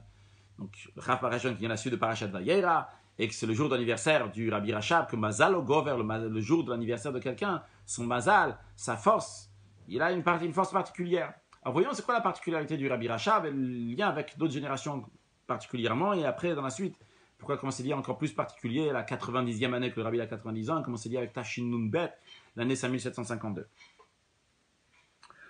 Le Rabbi dit, un des sujets essentiels du Rabbi Rachab, c'est avoir le dévoilement de Dieu, le Vayera el Hashem. Comme on voit déjà, quand on était petit, Boutsin Mikrit Feyedia, les petites citrouilles quand ils sont petites, on voit déjà comment ils vont être quand ils vont être grandes. Donc déjà quand il était petit, c'était qu'est-ce qu'il voulait, c'était Vayera el Hashem. Et comme ça continue lorsqu'il était grand aussi. Et pas seulement pour lui, que lui va avoir le Vayera el Hashem, mais aussi s'occuper que tout le monde va avoir le Vayera el Hashem. Comment il a fait que tout le monde va avoir le Vayera el Hashem? Une des choses, c'est ce qu'il a fait, il a fondé une yeshiva qui s'appelle Tom Chetzim. Dans cette yeshiva-là, on va étudier aussi bien la Torah dévoilée, la Torah cachée en général dans les yeshivot. On étudie uniquement la partie dévoilée de la Torah, le Talmud, le code de la loi juive, mais pas la chassidoute, la mystique. Le Rabbi Rachab a dévoilé donc la chassidoute qu'on va étudier, et pas juste qu'on va l'étudier aussi, en plus qu'on étudie aussi la partie dévoilée de la Torah, mais on va l'étudier comme on apprend la partie dévoilée de la Torah. On va l'étudier de la même manière que quand tu étudies un sujet talmudique, halachique, ou quel que soit dans quelque chose de la partie dévoilée de la Torah, il y a des détails, il y a des questions, il y a des réponses, il y a toute une construction, et bien de la même manière aussi tu vas apprendre la chassidoute de Chabad, Chochmah bin Hadad, de manière compréhensible, avec des explications, etc. Et par cela, lorsqu'on étudie la chassidoute d'une telle manière, ça se fait, mais ein v'dougmat, le rabbi dit en parenthèse, ça se fait en ressemblance, en parenthèse, ça se fait comme le Vayer à la Vachem. Tu vois Kadosh Baruch, comment tu vois Dieu. Alors, vrai, c'est pas encore voir avec les yeux, mais ce qu'on appelle Re'iyat Eine Aser, ton cerveau voit les choses. Oui, si je t'explique bien la situation, tu comprends bien une situation, ça devient une évidence. Je prends un exemple, c'est pas ramené ici dans la Sikha. Un exemple, tu apprends Sha'ar Hayichud Ve'emun du Admur Hazaken. Donc, il explique comment Dieu il fait exister le monde à chaque instant. Pour toi, c'est pas maintenant comme une grand-mère ou quelqu'un qui a toujours cru en Dieu pendant toute sa vie, mais il n'a jamais étudié Dieu. Ou même quelqu'un qui étudie plein de Gemara, mais il n'a pas étudié Chassidut, le pauvre. Eh bien, il étudie et il connaît, bon, il sait qu'il y a un Dieu qui existe. Mais qu'est-ce que Dieu? Dieu, il croit, comme il était petit, il croyait en Dieu. Et quand il était grand aussi, il croit en Dieu. Sa compréhension de la divinité n'a pas grandi. Mais que lorsqu'il étudie, par exemple, Shara Echut Ve'amuna, une partie de la Chassidut, eh bien, à ce moment-là, ça ouvre les yeux. Ça donne une réalité aux choses, comment le monde entier, dans chaque chose, chaque petit détail du monde, tu comprends rationnellement. Même un goy, il peut comprendre.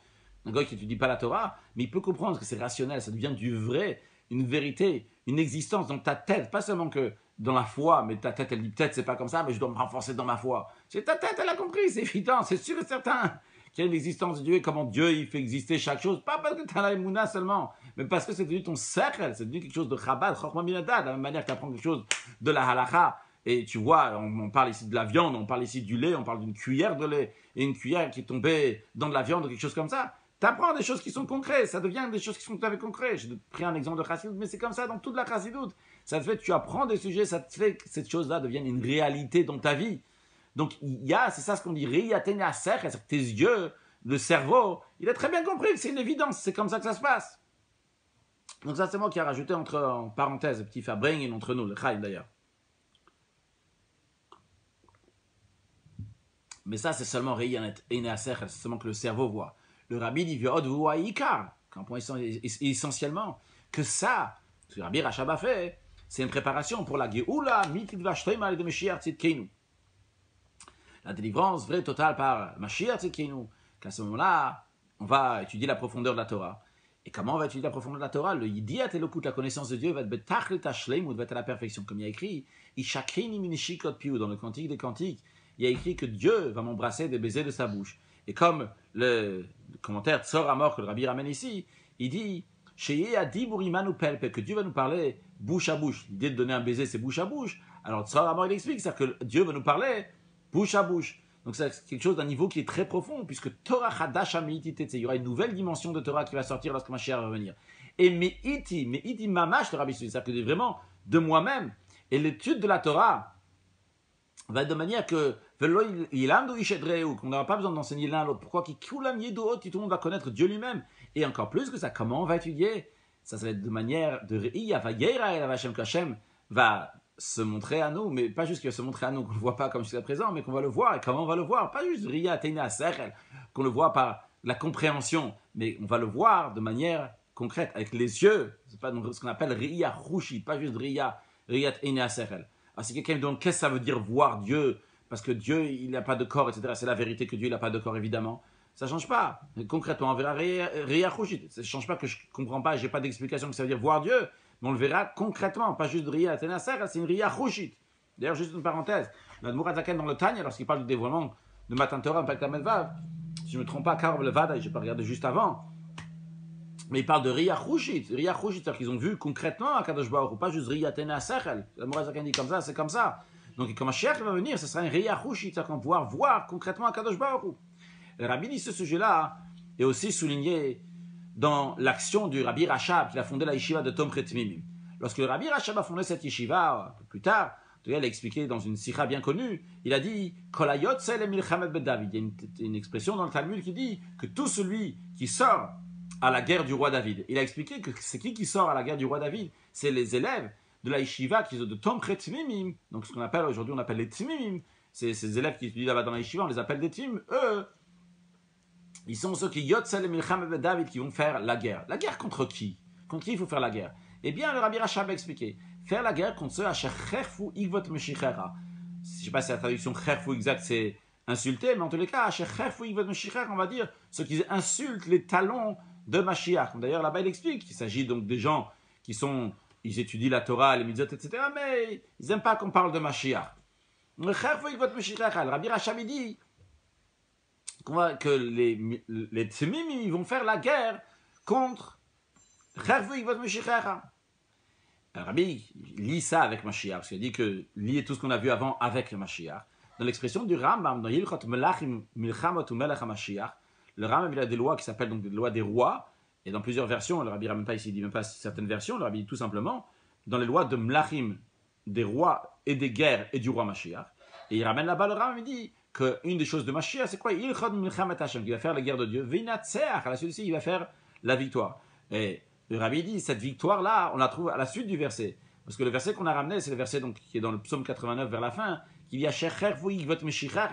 qu'ils insultent les talons de Mashiach. À la suite de ça, il écrit Baruch Hashem le'olam, Amen ve'amen, que Dieu soit béni à l'éternité, Amen ve'amen. L'expression de Amen, il est dit à la fin du traité Nazir que Amen, c'est exprime la victoire. La Gemara là-bas, elle dit que celui qui fait la bracha, c'est comme ceux qui commencent la guerre, et après viennent ceux qui sont très très forts pour conclure la guerre et réussir et gagner la guerre. La même chose aussi. Le Amen, il y a la bénédiction, donc c'est pour commencer entre guillemets la guerre, et il y a ceux qui disent Amen, c'est pour conclure et réussir la guerre. Donc ici aussi, il y a le Hachecherfu Igvot Meshichera, il y a ici donc ceux qui insultent le talon de Mashiach, il y a une guerre contre ça. Il a la victoire. La victoire, elle est que finalement, tout le monde parle de Mashiach. Il ne dit pas ici ça dans un Sikha, mais en tous les cas, par cela, la victoire c'est quoi? Il y a plus forte raison qu'on dit deux fois Amen, Amen ve Amen. Donc par cela, ça se fait la venue, le dévoilement de David, Malka Meshicha, David roi Mashiach, mais pas Mamash concrètement. Dans Seif Yud Gimel, le Rabbi continue, il dit, c'est encore plus souligné dans notre génération, la troisième génération depuis le Rabbi Rachab. Parce qu'il y a le Rabbi Rachab, c'est le 5e Rabbi de Chabad, après il y a le Rabbi précédent, Rabbi Yosef Yitzhak, après il y a le Rabbi, c'est la 7e génération. Comme le Rabbi explique dans son premier Mahamar que nous sommes la 7e génération. Revenons à la Sikha, donc dans notre génération, donc la 3e génération depuis le Rabbi Rachab, et ses élèves de Chayal et Bet David, des soldats de Bet David.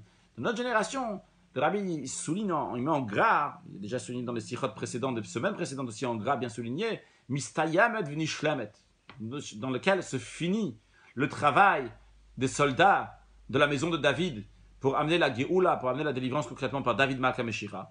Et comme le Rabbi précédent, a déjà dit lorsqu'il était vivant que le Rabbi souligne encore une fois en gras, donc c'est le Rabbi en gras, donc ça c'est déjà fini, donc tout le travail, et on est prêt pour recevoir la venue de Mashiach. Et le Rabbi a plus forte raison, la suite du travail de Chayal et Bet David, ça déjà à l'époque du Rabbi précédent, c'était déjà prêt. Le Rabbi a plus forte raison qu'il y ait encore les Chayal et Bet David, les soldats à la maison de David, donc continuent encore leur travail pendant 40 ans, puisque depuis que le Rabbi précédent a quitté ce monde, depuis 5710 jusqu'à 5752, sont passés 40 ans. Le Rabbi ne parle pas du décès du Rabbi précédent, le Rabbi dit que le Rabbi précédent a dit ça, Bechaim Chayuto Baalmaden, lorsqu'il était vivant dans ce monde-là. Et le Rabbi dit à la suite de ça, il y a encore 40 ans dans lequel les Chayal et Bet David, les soldats de Bet David ont fait leur travail, donc il y a plus forte raison qu'on est déjà prêt pour la venue de Mashiach, en plus que 40 ans. C'est une particularité, Moshe Rabbeinu dit au peuple juif au bout de 40 ans que Natan Hashem lachem lev ladad venaim lirot voznaim lishma, qu'au bout de 40 ans Dieu vous a donné donc des yeux pour voir, des oreilles pour entendre et un cœur pour comprendre. Et Rabbi rajoute, en plus dans notre génération, on se trouve déjà dans la Shnat HaTzadik, la 90e année. À quoi le Rabbi fait référence? Le Rabbi fait référence à lui-même, vu que le Rabbi, au moment où il dit sa tira, il a 89 ans. Donc le psaume que le Rabbi dit, c'est le psaume 90, puisqu'on sait, lorsqu'on est dans sa première année, on dit le psaume numéro 1. On ne peut pas le lire peut-être qu'on est dans la première année, mais sachez que c'est très important pour les parents de lire le psaume des enfants. C'est une parenthèse que j'ouvre. C'est très important de lire une parenthèse et de lire le psaume des enfants. Et j'ai lu, il y a longtemps, du Rabbi précédent, je n'ai pas lu ça juste avant, je me bien confirmé juste avant, mais c'est 99,99% que je me rappelle que le Rabbi précédent, il dit que c'est une ségoula pour les enfants, ils vont aller dans le droit chemin. Je ne sais pas s'il dit d'Abayirat Shamaï ou quelque chose comme ça, de lire tous les jours le psaume des enfants. Donc, quand on a, en tout cas, la première année, c'est le psaume numéro 1, deuxième année, on commence à avoir 1 an, donc c'est le psaume numéro 2, etc. Donc, le Rabbi, en l'occurrence, donc, il avait 89 ans, donc c'est le psaume 90. Maintenant, rappelons, pour maintenant et pour ce qu'on va voir dans la suite, c'est que le Rabbi a parlé du psaume 89, dans la fin il y a écrit qu'ils insultent les talents de Mashiach, Baruch Hashem l'olam amen ve'amen. Notez aussi que tous les jours on lit une partie des psaumes. Et en l'occurrence le psaume qu'on dit le 18e jour du mois, on lit le psaume 88 et 89 aussi. Donc c'est lié aussi avec le jour même que le Rabbi dit la Sikha, le 18 Machashvan, le Rabbi va le mentionner un tout petit peu dans la suite.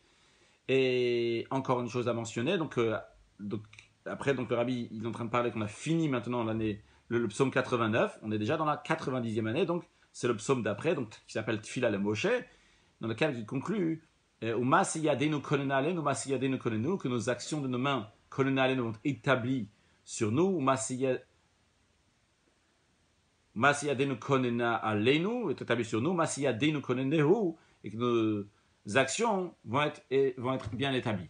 En tous les cas, le Rabbi nous dit, dans notre génération, on se trouve déjà dans la 90e année. Donc on a déjà fini le 89. Donc on a déjà fini aussi le message de 89. Le à ceux qui insultent l'avenue Mashiach, on a déjà passé ça. On a déjà passé le Baruch Hashem le Olam Amen Ve'amen, on a déjà passé la victoire. Donc la victoire de la guerre de la maison de David est déjà passée. Maintenant ça commence la période du 90e psaume. La conclusion c'est quoi? Vinoam Hashem Elokeinu aleinu. Que le plaisir de Dieu soit sur nous. Et que l'action de nos mains koneneo vont être établies.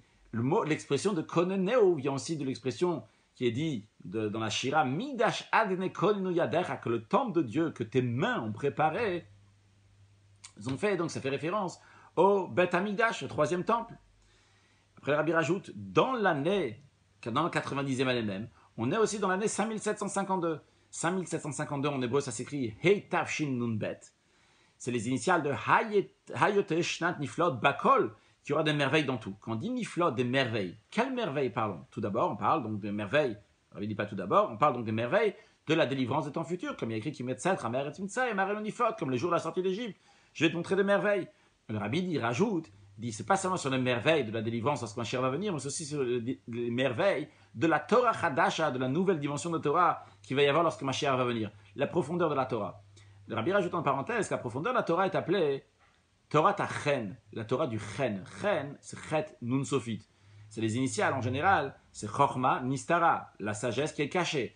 Mais le Rabbi dit, Chen, c'est aussi les initiales de Chochma Nifla, d'une sagesse qui est extraordinaire. Donc ça fait référence à la sagesse extraordinaire qui va se dévoiler lorsque Mashiach va venir.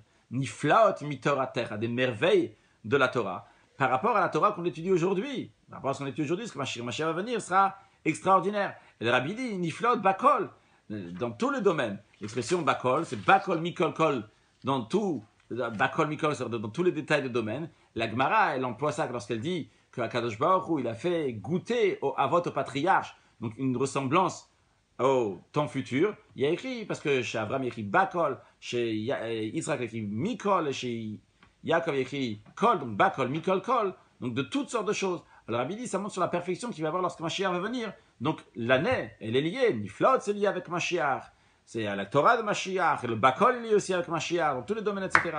Le Rabbi rajoute, dans l'année Tafshin Nun Bet, 5752, on se trouve déjà premièrement, on se trouve déjà en Parashat Vayera, dans lequel c'est souligné le lien avec la Geoula Mitvashtem, puisque Vayera la Vashem, ça montre sur la perfection de ce dévoilement-là, qui va être lorsque Mashiach va venir, quand Mashiach dévoile à tous les Juifs. Deuxièmement, en plus, c'est aussi, c'est Chai Machashvan, ça montre sur la Chai, le Chai, la divinité, elle vient dans tous les sujets du monde. Quel est le sujet du monde? Le sujet du monde donc ordinaire, de Machashvan. Et la perfection de cela, c'est après, donc la victoire d'Ashechech, Foïk votre Meshichecha, donc il a insulté les talons de Mashiach, Baruch Hashem le'olam vamen, donc comme on a dit, le Rabbi dit comme on a dit, parenthèse, le Rabbi dit comme on a dit dans la conclusion du Tehillim d'aujourd'hui, donc le Chai, le 18e jour du mois. Et troisièmement, en plus, on est dans les 3 jours qui sont liés avec Chaf Machashvan. Chaf Machashvan, c'est quoi? C'est Keter. Keter, la couronne, ça montre sur le dévoilement d'Akadosh Baruch Hu dans les temps futurs. Le Rabbi ici est en train de nous apprendre quand toutes les choses, il faut le lier avec Mashiach. Chaque petit détail, tu le lis avec Mashiach. Même toutes les notes aussi qu'on ne dit pas. Le Rabbi, il n'arrête pas de lire même une petite chose comme ça, c'est lié avec Machashvan. Par exemple, dans la suite, dans quelques lignes, on va parler du mois de Tevet. Le Rabbi, dans la note 11, il dit Chaf Tevet, c'est la loi du Rambam. Et la conclusion de ce livre du Rambam, c'est avec Melech HaMashiach.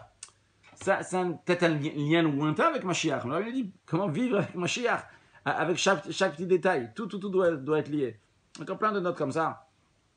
Le Rabbi dans la suite aussi, dans la note 108, lorsqu'il parle du mois de Machashvan, de Chanukah, Chanukah Tamizbeach, Chanukah, donc il y a le Mizbeach, le Bet Hamikdash.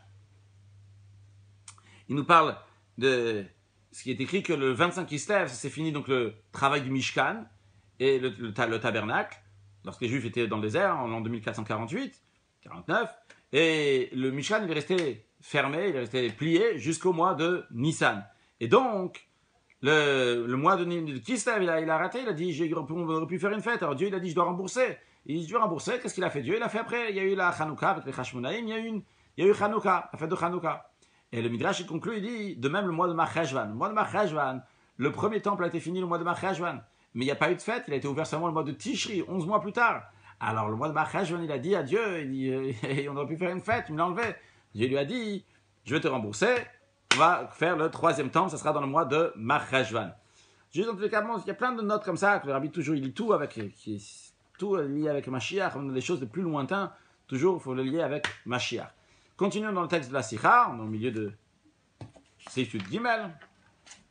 Le Rabbi nous dit, il rajoute encore, puisque le mois de Cheshvan, Macheshvan, c'est le premier mois de l'année. Donc là, c'est le premier mois de l'année. Dans le premier mois, dans le sens de comment on commence à travailler, de faire une demeure à Dieu ici-bas, c'est dans le mois de Macheshvan. Le mois de Tishri, il y avait plein de fêtes. Mais quand on va sur le terrain concret, c'est le mois de Macheshvan.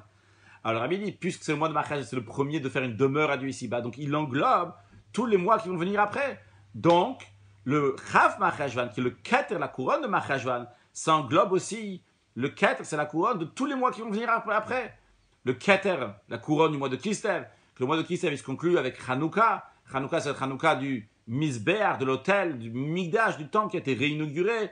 Il y a le miracle de la fiole d'huile d'olive. L'olive, c'est lié avec la profondeur de la Torah. L'huile qui est dans la Torah, qui s'est dévoilée dans la Torah Chassidut, et c'était dans le mois de Kislev. Le Rabbi rajoute dans la note, particulièrement le Chav Kislev, le 20 Kislev, parce qu'on sait que la délivrance du premier Rabbi de Chabad, l'Admour Hazaken, s'est passée le Yutet Kislev, le 19e jour du mois de Kislev, mais elle s'est conclue le 20e jour du mois de Kislev. Donc, c'est lié donc aussi avec le mois de Kislev. Le Rabbi dit le mois de Cheshvan, le Chav Macheshvan, il est lié aussi, c'est le Keter, c'est la couronne aussi du mois de Tevet. Tevet, il a une particularité parce que il y a écrit à propos de ce mois-là que c'est Yareach, c'est Yareach, c'est un mois, Shagouf, Nen et Minagouf, que le corps profite du corps. La Gemara ramène ça dans Megillah à propos de Achashverosh avec Esther, que Dieu il a fait que Esther va se retrouver avec Achashverosh justement dans un mois où le corps profite du corps, comme ça Achashverosh va aimer encore plus Esther. Sur le plan spirituel, le Rabbi explique, c'est-à-dire le corps, le Yesh Ha'amit, la vraie existence, on a expliqué tout à l'heure, qui fait référence à Dieu, profite un maximum du Yesh Ha'nivra, donc de la créature qui est ici, c'est le corps entre guillemets qui est là, ou qui profite du corps qui est ici-bas. Donc, un grand dévoilement divin. Et après le Rabbi, c'est aussi le Keter du mois de Shvat qui vient à la suite, que le 10e jour du mois de Shvat, c'est la Hiloula du Rabbi précédent. Et on sait que le jour de Hiloula, toute l'action, tous les enseignements d'un tzaddik donc s'élèvent à un niveau très très haut. Pendant tout ce qu'il a fait, ça éclaire, et ça éclaire, pas juste éclaire dans le monde spirituel, mais ça fait jusqu'à que ça Poel Yeshua Bekerev Haaretz, ça fait des choses merveilleuses ici sur terre. Et le Rabbi, donc, il dit après, c'est donc toujours, revenons à Macheshvan, qui la couronne, donc les couronnes aussi de tous les mois qu'il y a après. Le Rabbi dit jusqu'à la conclusion de Shnat HaTzadik, de la 90e année. Le Rabbi dit pas ici, mais pas donc la fin de la 90e année, c'est le Yudalef Nissan Tafshin Nun Bet, le 11 Nissan Tafshin Nun Bet 5752, lorsque le Rabbi il a eu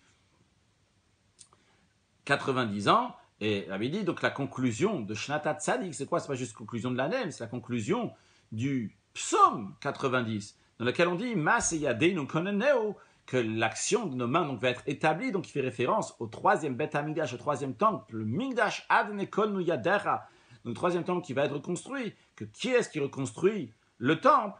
C'est le Melech HaMashiach, le roi Mashiach, Melech Bet David. Et comme le Rambam dit à propos du roi Mashiach, que Zacha Becheter Malchut, il a mérité donc le David et sa descendance, ils ont mérité donc la couronne de royauté. Et le roi Mashiach va construire le Bet HaMikdash.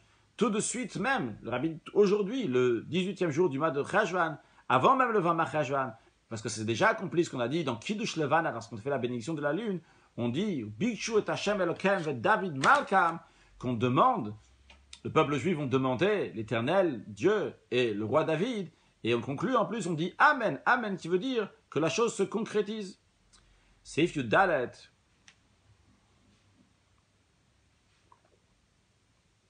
Le Rabbi dit Ve'od ve'uaïka. Encore un point essentiel. En plus de ce qu'on a dit avant, qu'existe l'existence du Mashiach, l'étincelle de Mashiach dans chaque juif. Le Rabbi dit encore une chose, ça a été dit aussi dans d'autres sikhot, mais il faut bien voir et méditer sur ce que le Rabbi dit ici. Le Rabbi dit la chose suivante. En plus de ça, donc Mashiach, il existe chez chaque juif. Le Rabbi souligne en gras, bien en gras, Kayem et gam et tsiuto shel Mashiach kipshuto. Existe aussi le Mashiach littéralement, pas juste l'étincelle de Mashiach qui est chez chacun. Il y a aussi le Yechida Klalit, la Yechida générale. Le Rabbi dit comme c'est connu. Le Rabbi ramène du Barthénora, il a ramené plusieurs fois déjà, que dans chaque génération, naît quelqu'un de la descendance de la tribu de Yehuda qui est apte à être le Mashiach pour le peuple juif. Le Rabbi ramène aussi le Khatam Sofer qui dit qu'il y a quelqu'un qui est apte à être le libérateur lorsque ça va arriver le moment, Hachem va se dévoiler à lui et va l'envoyer. Le Rabbi dit si ce ne serait pas mélangé des choses négatives, eh bien il serait déjà dévoilé concrètement. Donc, pour l'instant, ce que le Rabbi dit, que l'existence du Mashiach, en plus qu'elle existe chez chacun de nous, donc l'étincelle, mais il y a aussi le Mashiach général, il existe. Et il est là, ça existe, qui pshuto littéralement, le Rabbi dit. Le Rabbi rajoute, pour l'instant, il a seulement dit qu'il y a la Metsiou du Mashiach, l'essence, l'existence du Mashiach est là. Le Rabbi dit, basé sur ce qu'a annoncé le Rabbi précédent, chef de la génération, Nessi Dorenu, Mashiach chef Dorenu, le Mashiach de la génération. Le Rabbi de la note 127, il dit que le Mashiach de la génération, parce que c'est la Yechida générale, qui est claire, qui se dévoile dans la Neshama de Nessi Ador. C'est le Rabbi nous dit dans la note 127, dans chaque Nassi Ador, dans chaque chef de génération, il y a cette Yechida générale de tout le peuple juif. On a mentionné tout à l'heure qu'on a, chacun de nous, on a une Yechida dans nous-mêmes, mais il y a la Yechida générale de tout le monde. Et cette Yechida, elle englobe les Neshama de tous les juifs de la génération. C'est pour ça donc que le Rabbi dit, que le Rabbi précédent, il est Nassi Dorenu, Mashiach Dorenu, le Mashiach de la génération. Et je rajoute que quand le Rabbi parle Nassi Dorenu, chef de la génération, on sait, le Rabbi parle de son beau-père, on sait ce qui nous concerne, le Rabbi c'est Nessi Doreinu, le Rabbi c'est aussi Mashiach chez Doreinu, pour le même raisonnement que le Rabbi dit sur son beau-père. Continuons. Le Rabbi dit, je reprends les mots, avant de continuer, d'après ce qu'a informé le Rabbi précédent, chef de la génération, Mashiach de la génération, que tout a déjà été fini, tout le travail a été fini, on est déjà prêt pour recevoir Mashiach Tzidkenu. Le Rabbi dit que de nos jours sont déjà annulés tous les empêchements. Et donc, de nos jours, il n'y a pas seulement la Metsiout du Mashiach, pas seulement l'existence que Mashiach est là. Il y a déjà le dévoilement du Mashiach. Et tout ce qu'on doit faire maintenant, c'est uniquement recevoir Pnei Mashiach Tzidkenu Pamash. Tout ce qu'on doit faire maintenant, c'est recevoir Mashiach. Alors, je veux une parenthèse, des explications, chacun peut expliquer. Le Rabbi dit, il y a aussi le dévoilement de Mashiach, il faut recevoir Mashiach. En ce qui concerne le dévoilement de Mashiach, personnellement, j'ai aucun doute qu'après que le Rabbi l'a dit plusieurs fois, enfin, en début 80 ans, fin Tafshinunal, fin 5751, depuis Pessah, depuis la guerre du Golfe, que c'est l'année que le roi Mashiach s'est dévoilé, et que le Rabbi a fait des fois plusieurs allusions à lui-même, c'est-à-dire que le Mashiach s'est dévoilé. Donc la Hitgalo du Mashiach est déjà là. Après, on peut encore réfléchir que ça veut dire tout ce qui nous reste à faire, c'est les Kabel Pnei Mashiach, recevoir Mashiach Tzidkenu. Et réfléchir, moi je dis réfléchir, parce que c'est évident quand le Rabbi dit tout ce qui nous reste à faire, c'est les Kabel, c'est sûr et certain que le Rabbi ne veut pas dire rester les bras croisés. Mais en tous les cas, il dit tout ce qui reste à faire, c'est les Kabel Pnei Mashiach Tzidkenu. Donc, les Kabel, c'est sûr que c'est à faire. D'ailleurs, ça rejoint tout ce que le Rabbi explique dans la Sira, que Yavayera la Vacham, Hashem s'est dévoilé, il est déjà là, il y a la Metsiout, et Beit Galout, tout ce qu'il faut, c'est juste fais quelque chose pour que toi tu vas le voir. Bon, je laisserai chacun réfléchir. Pas seulement c'est quoi l'explication de la Sira, mais aussi qu'est-ce qu'il faut agir, c'est surtout ça, c'est l'essentiel. Mais en tout cas, une chose est claire, la Metsiout du Mashiach elle est là, le dévoilement de Mashiach est là. Continuons ce que le Rabbi dit. Le Rabbi dit tout ce qu'on a dit dans l'expression de la paracha de la semaine. Tout ce qu'il nous reste à faire, c'est de recevoir le dévoilement de Vayera el Hashem. Et en ce qui concerne les Bnei Israël, donc, et là, à chaque fois que le Rabbi parle du corps des Juifs ou le corps humain, le Rabbi parle aussi dans le monde, et que ça soit dans le monde aussi, le Chaim Machashvan, le 18 Machashvan qui représente donc amener la divinité dans le poël marge, dans le concret, dans ce monde matériel. Comme il y a écrit, Veyeida kol paul ki atapé alto, que on va traduire que chaque créature va savoir que c'est toi qui l'as créé, que dans chaque chose dans le monde, on va voir que atapé alto, c'est toi qui l'as fait. Et comme le Midrash dit, comme Mashiach va venir, le Atil Lavo, Te'ina Tzavachat. La date va crier, c'est quelqu'un sans faire exprès, ou il n'est pas écrit sans faire exprès, mais logiquement, c'est sûr et certain que c'est sans faire exprès. Lorsque quelqu'un va tendre sa main pour prendre une date pendant Shabbat, une figue pendant Shabbat, la figue va crier, elle va dire Shabbat Sayam, aujourd'hui c'est Shabbat. Donc, Rabbi ne ramène pas la suite, Te'ina Tzavachat vechulu, etc. Le Rabbi dit même dans le minéral, il y a écrit que Even Mikir Tizak, le prophète Rabakouk dit que une pierre du mur va crier. Et Rabbi dit, il y a plus forte raison en ce qui concerne le peuple juif, cette divinité qui va être dans toute la matière, plus forte raison le peuple juif. Qu'est-ce que le peuple juif va crier? Le peuple juif va crier Hine Elokeinu Zeh. Voici le Dieu. Il y a écrit, comme le Rabbi va revenir dans la suite de la Sikha, le verset jusqu'à la fin, on finit bientôt. Le Rabbi dit Amar Bayamahu Hine Elokeinu Zeh. Quand Mashiach va venir, on va dire Hine Elokeinu Zeh. On va crier. Donc, chacun va crier ce qu'il va dire, la pierre va crier ce qu'elle a à dire. La Te'ena, la figue va crier ce qu'elle a à dire. Nous, on va crier Hine Elokeinu Zeh. Voici notre Dieu. D'ailleurs, je fais peut-être trop de parenthèses aujourd'hui, mais aujourd'hui aussi, ce qu'on doit crier, c'est Hine Elokeinu Zeh. C'est pas d'autre chose. Hine Elokeinu Zeh. Voici notre Dieu. Montrez partout, amenez de la lumière partout, amenez Dieu. Alors, le Rabbi dit, puisqu'on est ainsi, puisque tous les sujets et toutes les activités, tous les poulots, qui sont transcendés par Mashiach et Geoula, le Rabbi dit que ça inclut aussi même quand la personne, elle mange et boit, il a envie, le repas de Viatan, le Shorabar, le Yain HaMeshumar, comme vous le savez, quand Mashiach va venir, il y aura un grand repas avec un poisson qui s'appelle le Viatan, avec de la viande qui s'appelle le Shorabar, un vin qui s'appelle Yain HaMeshumar. Alors le juif est tellement transcendé même quand il mange, à tel point que même après son repas, il est encore affamé. Rabbi souligne grave, il est vraiment affamé. Il est affamé à quoi? À ce repas-là de Léviathan, de Shorabar Yain HaMeshumar. Et donc il vient chez Dieu, il dit, Dieu, je ne peux pas vraiment accomplir la mitzvah que tu as dit. Dieu, il a dit, tu vas manger, tu vas te rassasier, tu vas faire Birkat Amazon. Le juif lui dit, je ne peux pas bien accomplir cette mitzvah parce que j'ai besoin que tu me fasses ça, tu vas m'installer sur ta table sur ce repas-là. Et tout de suite, Akadosh Baruch Hu va faire sa demande dans la Souda de Shabbat Kodesh. Le Rabbi ne sait pas y faire sa demande dans longtemps. Il va accomplir la demande du juif dans la Souda de Shabbat Kodesh, et particulièrement que c'est Souda Shlishi, parce que le Rabbi parle, fait Fabrin, c'est déjà 13h30, donc Shabbat après-midi. Le Rabbi dit c'est Shabbat Kodesh, Souda Shlishi. Encore une fois, on voit comment le Rabbi il relie tout avec la Géoula. Il dit que c'est le troisième repas qui est lié avec la troisième délivrance, avec le troisième Beth Amikdash. Et on est dans Parashat Vayera, et Parashat Vayera, comme ça je les explique, dans la Parashat Vayera, il y a écrit Vaïda la Yeled Vaïgamal, que Yitzhak, le fils d'Avraham, il a grandi, il a été sevré, il a fait un grand festin, et la Gemara elle dit que Atid Akadosh Baruch Hu, qu'Akadosh Baruch Hu fait un grand repas au tzadikim, donc parle de tous les juifs, lorsque il va être Gomel Chesed, il va faire du bien chez Yom chez Gamel Chasdo, quand il va faire du Chesed, il va faire de la bonté à la descendance de Yitzhak. Et à la suite de ça, à la fin de ce repas, il y a écrit dans la Gemara que on va faire le Zimoun.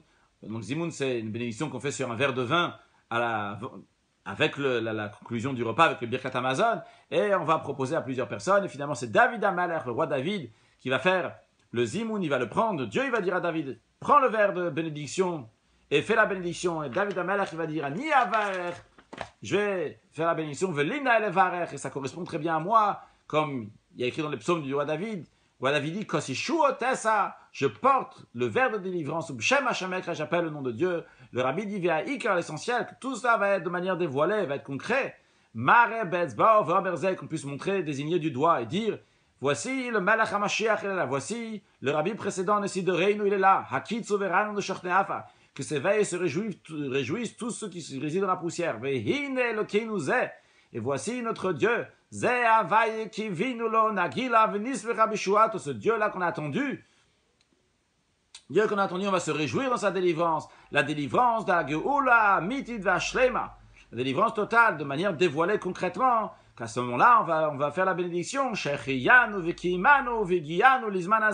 Remercier Dieu qui nous a fait vivre, qui nous a fait exister, qui nous a fait arriver à ce moment extraordinaire. Le moment de la Geoula avec Mashiach Tzidkenu.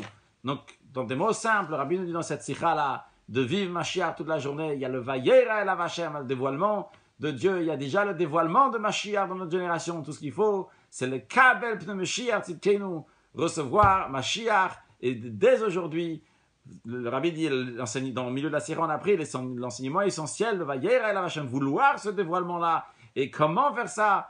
Par le fait qu'on va vivre déjà, tout ce qu'on va faire, chaque action qu'on va faire, elle va correspondre à ce qu'il faut faire dans la situation, dans les critères, lorsque Mashiach sera là, le Chaim, que Dieu bénisse tout le monde dans tout ce qu'il a besoin dans le dernier instant, avant la Géoula, avant la délivrance, dans la vie, la santé, la parnassa, la joie, le bonheur, la satisfaction des enfants, trouver le bazal pour marier les enfants, parce qu'ils ont besoin de trouver eux-mêmes le mazal, et que c'est l'essentiel, qu'on puisse mériter la venue de Mashiach, Nav, le Chaim.